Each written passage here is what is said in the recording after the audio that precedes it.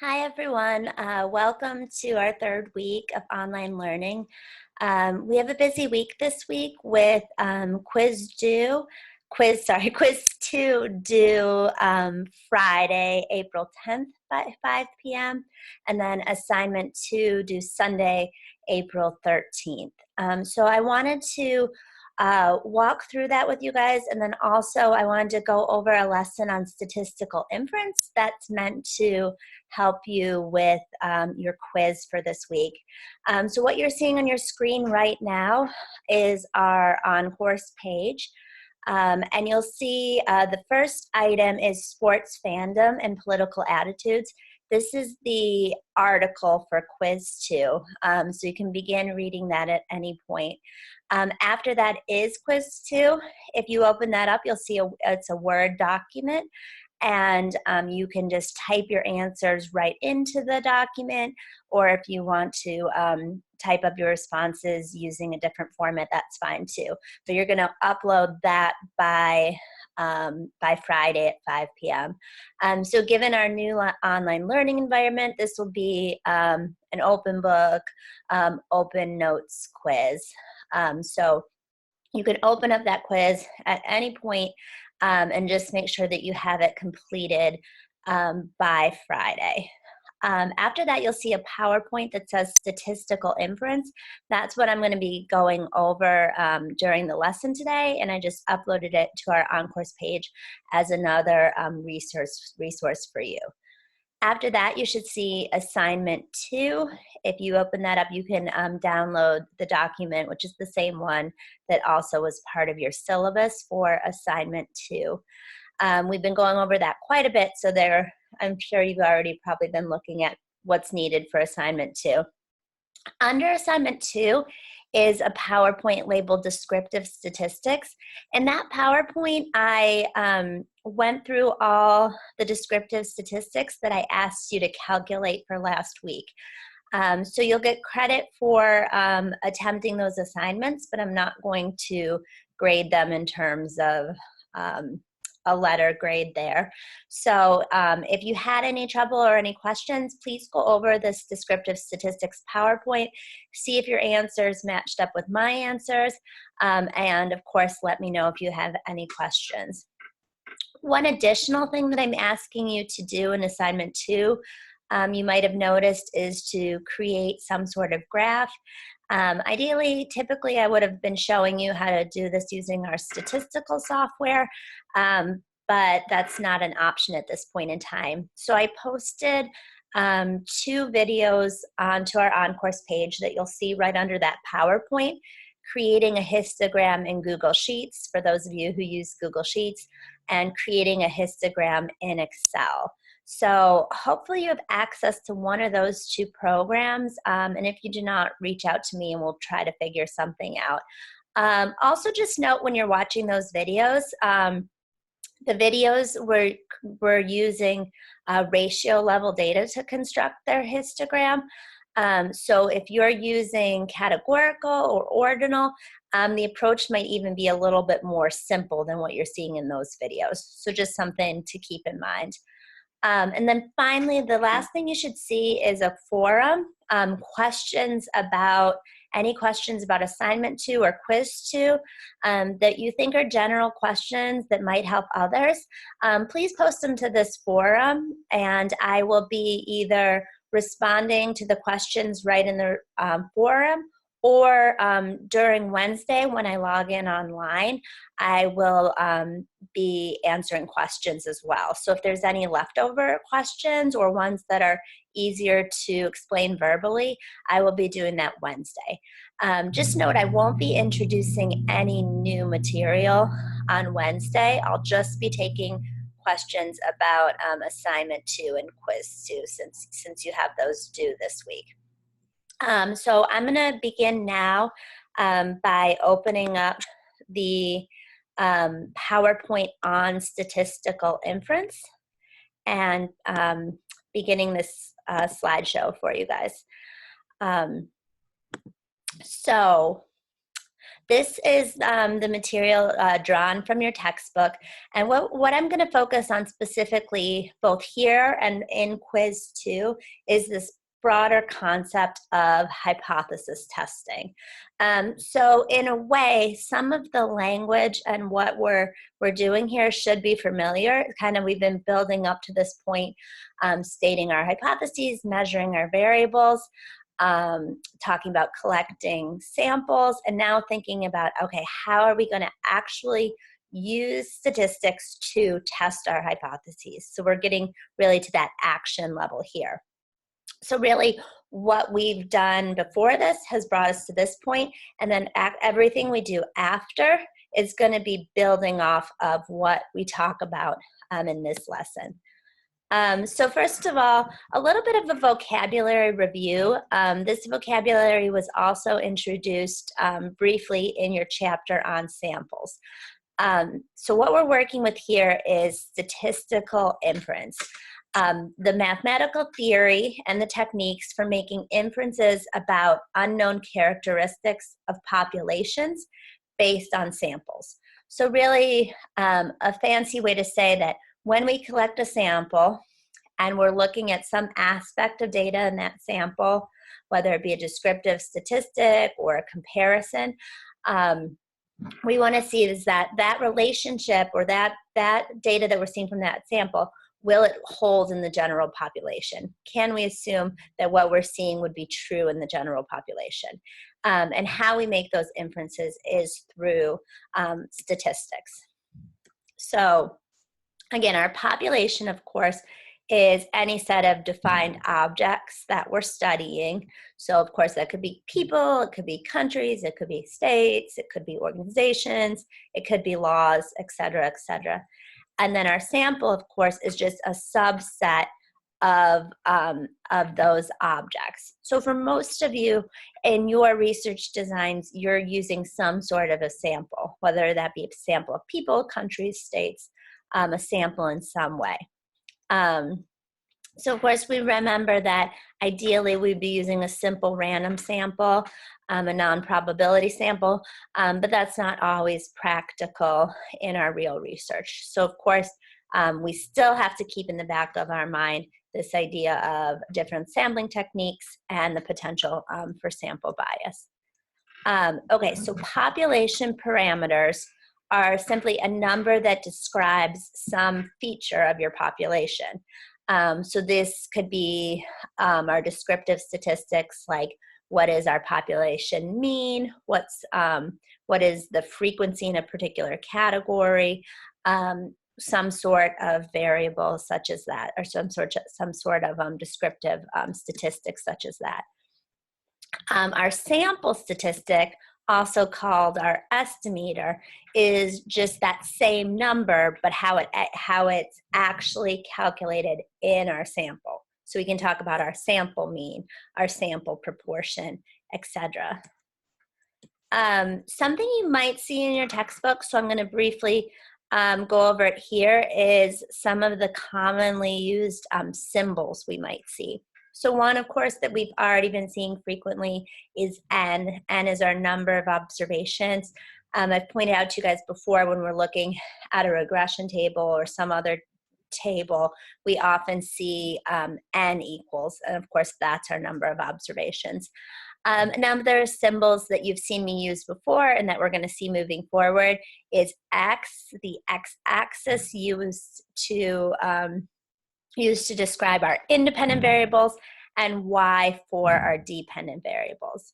You might also see some Greek letters being used in your textbook as population statistics. You would have noticed this last chapter when we were looking at calculating standard deviation. So we can see the little Greek U as the population mean. And then usually what we see is when we're talking about it as the sample, you see the little hat. It probably has a better name than that, but we'll just call it the hat. So that's indicating that we're talking about in our actual sample. And then we'll see the symbol for standard deviation. And then, of course, if the hat was over the standard deviation, that's going to symbolize that we're talking about the sample standard deviation.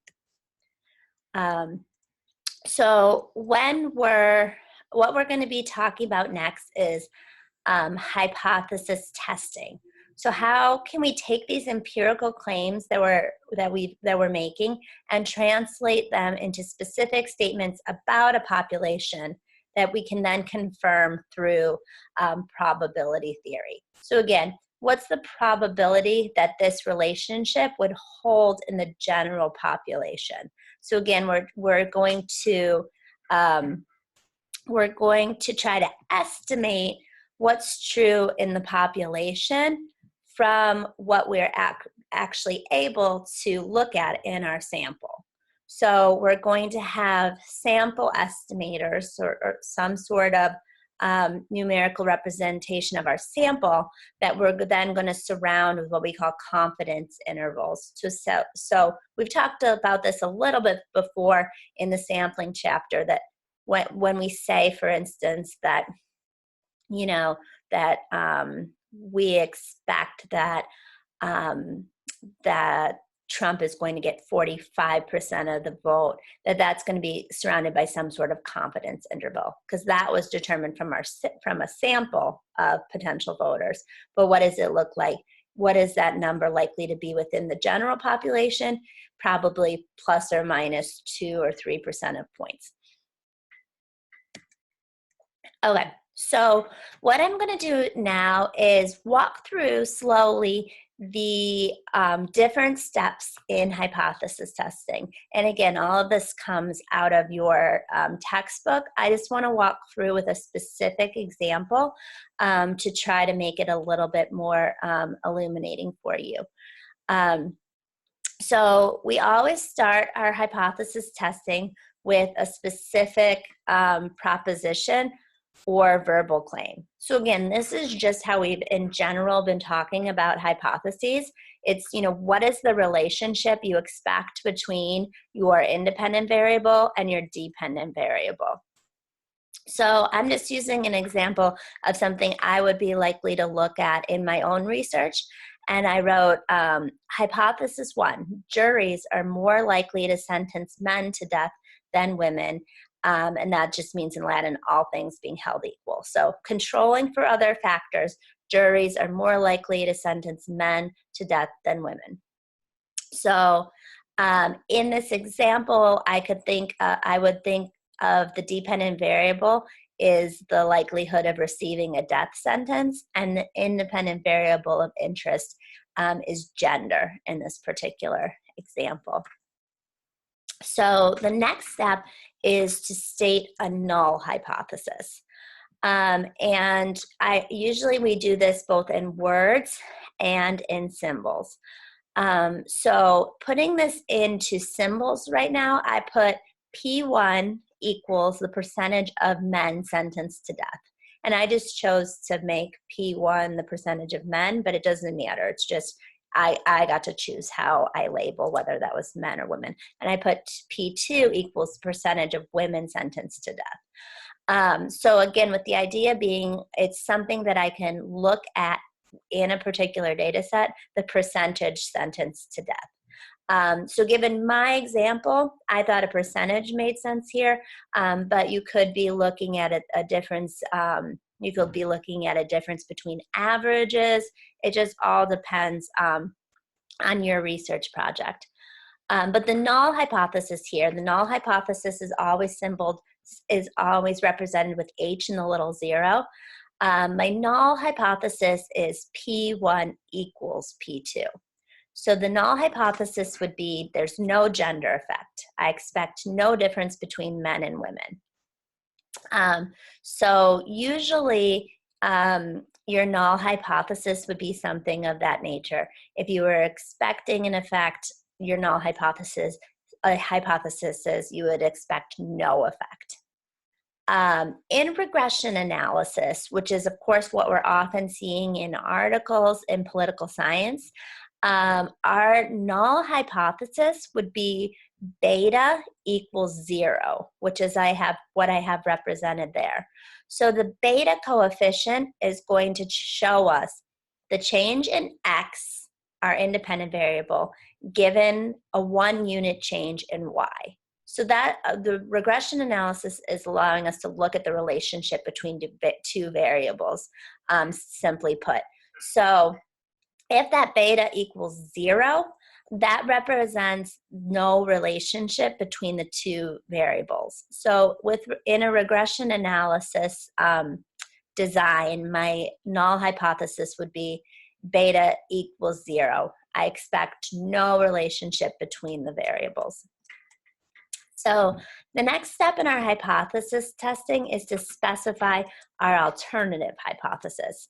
It's a little weird because though it's called the alternative hypothesis, to me it's just our actual hypothesis is how I think about it. It's what, it's expressing that specific verbal claim, that hypothesis that we started with. So in my example, my HA is that P1 is greater than P2. So remember, I'm saying the percentage of men sentenced to death is greater than the percentage of women. So of course, this is a directional hypothesis, and it's one-sided there. There might be research projects where you expect a relationship, but you don't know the direction. So I might write something like P1 does not equal P2 if I wasn't sure of the direction. But the big thing is that, it matches in symbols what you're verbally stating above. And again, if we're talking about the alternative hypothesis in an example where we're using regression, it would be that my beta is not equal to 0. So I'm expecting a relationship between my independent variable and my dependent variable. Okay. Moving on, the next thing we do is identify the sample estimator that corresponds to the parameter in question. This sounds very fancy, but basically it's asking, what are you going to be looking for in your sample data? And that becomes, again, my little p. So big P was representing my percentage in the population. Little p is in my actual sample. So what I have here is P equals the percentage of men and women sentenced to death for comparable crimes, because I'm going to statistically compare those two percentages. If I was talking about regression, my sample estimator is that beta coefficient. The next is specifying the sampling distribution of the estimator. Okay, this is important, sampling distribution. This is how we're going to show the probability of obtaining possible values for our sample statistic.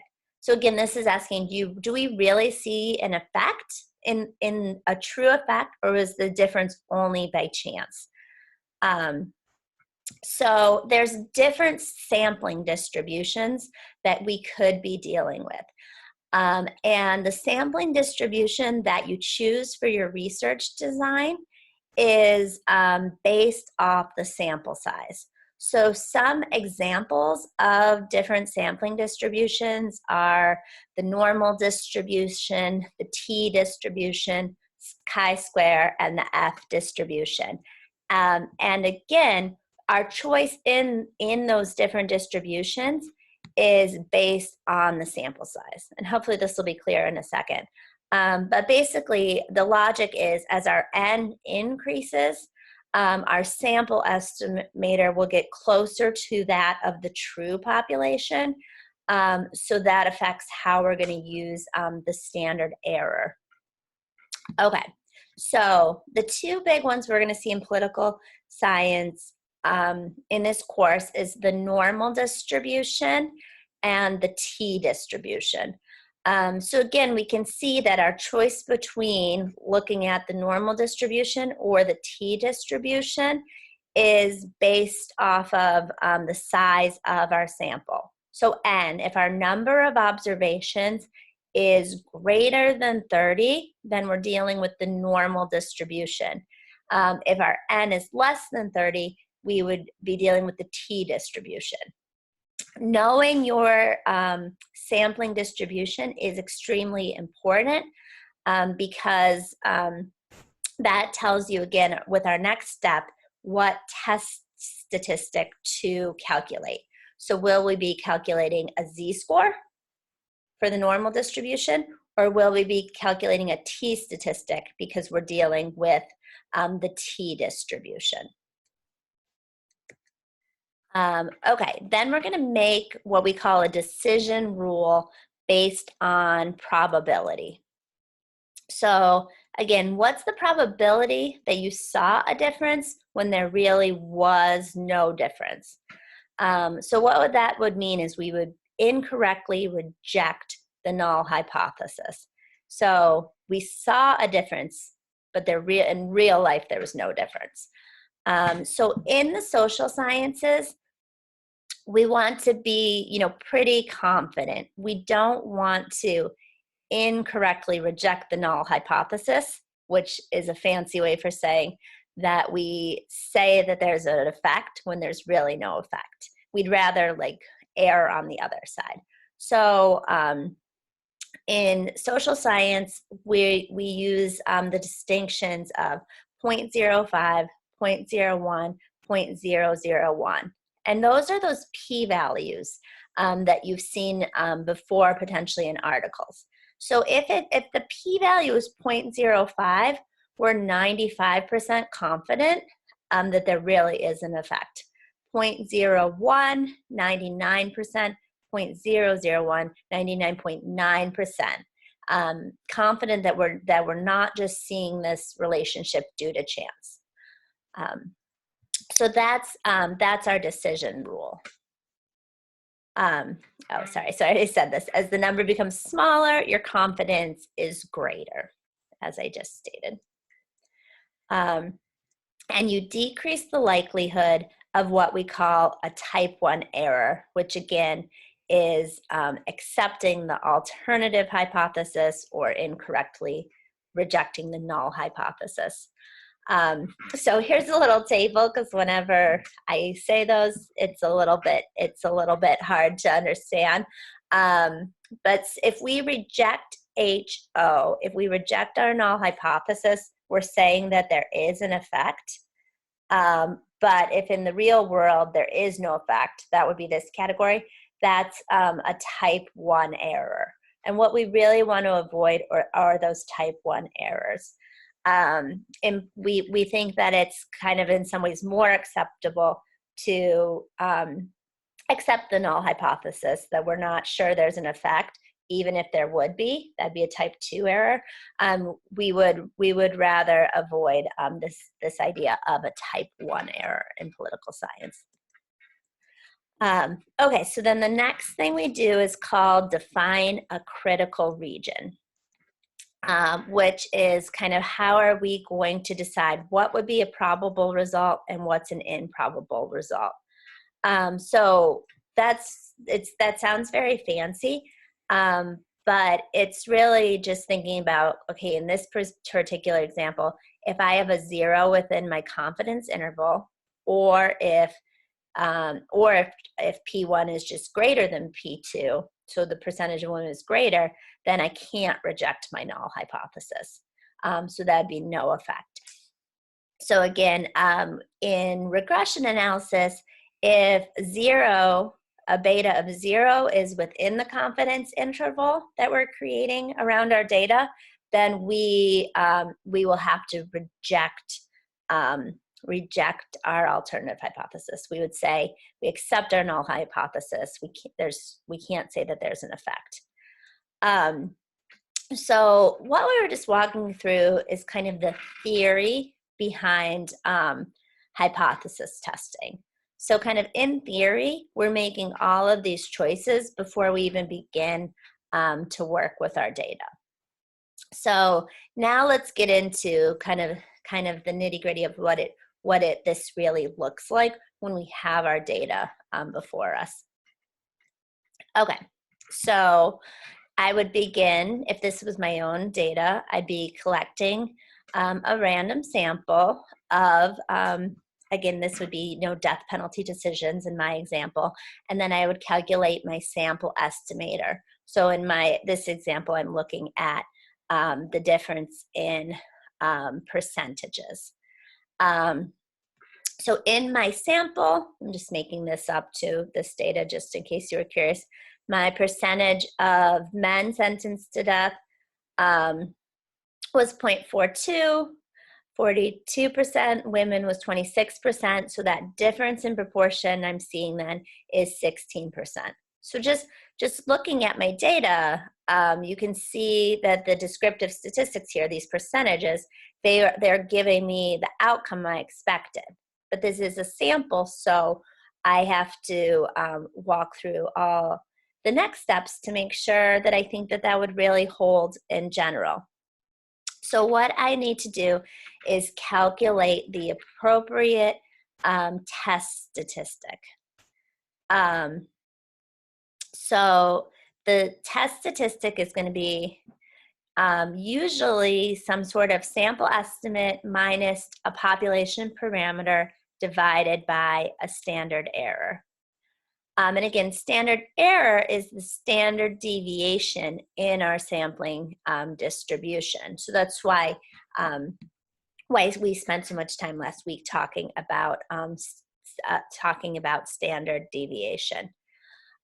So my test statistic for this example that I'm going to calculate is the z-score. How did I know that? I knew that because first I had to talk about my sampling distribution. And my sampling distribution is the normal distribution because my n is greater than 30.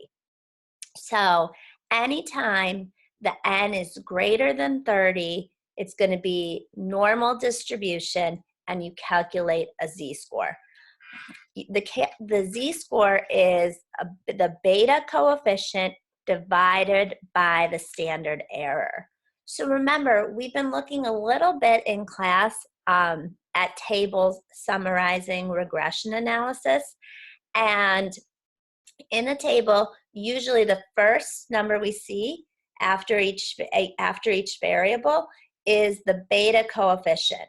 So our variables are listed down the first column, and our dependent variable is represented at the top. So if we had multiple dependent variables, we could have multiple columns. We've sometimes seen that before. And then we're seeing the beta coefficient is representing the relationship between that particular independent variable and the dependent variable. Usually right after the beta coefficient is the standard error, and that's usually in parentheses. So anytime you're looking at a table, you have the actual data you need to calculate the z-score, which is then again the beta coefficient divided by the standard error. So then the next step would be that you examine that test statistic. So in this example, the z-score, to see within it if it falls within what we call the critical region. So in your textbook, Appendix A in your textbook, you'll see where you can look up whether the test statistic and see if it falls into the critical region. That's Appendix A in the back of your textbook. But here's a little cheat sheet for you. We don't always have to be going back and looking. If your z-score is larger than 1.96, it's going to be statistically significant at least the 0.05 level. So again, that's that level where we're able to say that we're 95% confident that wouldn't have happened by chance if there wasn't a real difference or a real relationship in the population. So if you have your beta coefficient and you divide it by your standard error, and the number you get is larger than 1.96, you can say that it's statistically significant at the 0.05 level. So then the next part, and we'll get into this as we move forward and we talk more about regression analysis, but is thinking about not just statistical significance, but also what we call substantive significance. So we could be very confident that there is an effect, but it might not be a very large effect. And that's when we're going to move into next week and the week after. We're also going to talk about, not just whether the relationship is statistically significant, but also kind of more about the size of the effect and the substantive significance there. And then, of course, in your papers and moving forward, and what we see in the articles is talking about, if there is an effect, of course, why does this matter if there's not an effect? Kind of breaking that down as well. So that's, we'll move on. We'll move on and talk more about that next week. But hopefully, sorry, I'll just put all this stuff for you. I just kind of wanted to walk through an example, and hopefully you can relate what we were talking about today back to the article. So what does hypothesis testing look like using a regression example? And that's what I'm asking you to do with your homework. So again, starting with a specific hypothesis, can you state it as a null hypothesis, state it as the alternative hypothesis? Can you figure out what's the sampling distribution? The sampling distribution, and then calculate the correct test statistic. Again, in my example, because my n is greater than 30, the test statistic is the z-score, the beta, divided by the standard error. So if this didn't make any sense to you, reach out with any point in time with questions. And of course, remember that I put a forum up on our on-course page. So if the question might help others, I would recommend if you could post it to the forum instead of emailing me directly. That way I can respond to multiple questions at once. So thank you for watching, and I look forward to connecting with you guys on Wednesday. Bye.